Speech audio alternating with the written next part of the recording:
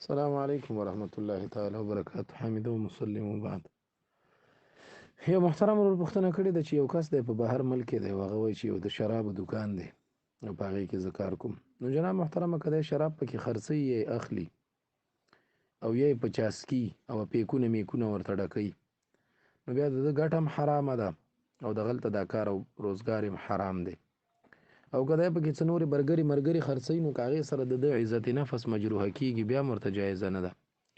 ځکه حدیث کې راځي رسول الله فرمایي لا ينبغي لمسلم ان يذل نفسه، مسلمان ته د دې خبرې اجازت نشته چې د دې ځان ذلیله کړي. او دا باقاعده طور سره تمام فقهاو لیکلي دي چې کافر سره ال سړی نوکری کوي شي چې کله د اذلال النفس پکې نه وي، یعنی دی پکې ذلیله کېږي نه، او که دی پکې ذلیله کېږي نو بیا د کافر سره هغسې نوکري کول دا جایز نه دي.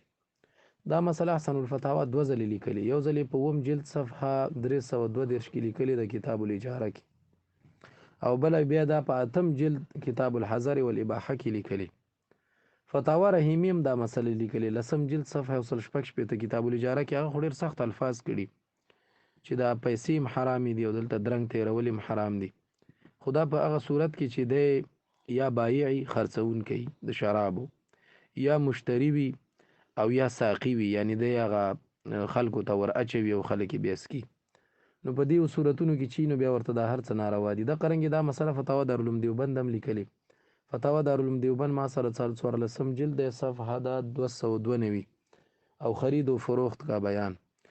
اصل کې په دې کې یو حدیث دی، رسول الله صلی الله علیه وسلم فرمایي لعن الله الخمر، دا الله لعنت په شرابو دی، وشاربها او په سکین کې سکون کې دی، وساقیها او ورته ور اچون کې دی، وبایعها او د په خرڅون کې دی، ومبتاعها او د په اخیستون کې دی، وعاصرها ومعتصرها هغه څوک چې وباسي یعنی هغه انګورونه چې جوړوي هغه ته پته نه لګي چې څه نوم بټۍ والا چې هغه جوړوي د قرنګي، وحاملها او وړونکی، والمحموله الیه، دا د ابو داود حدیث دی.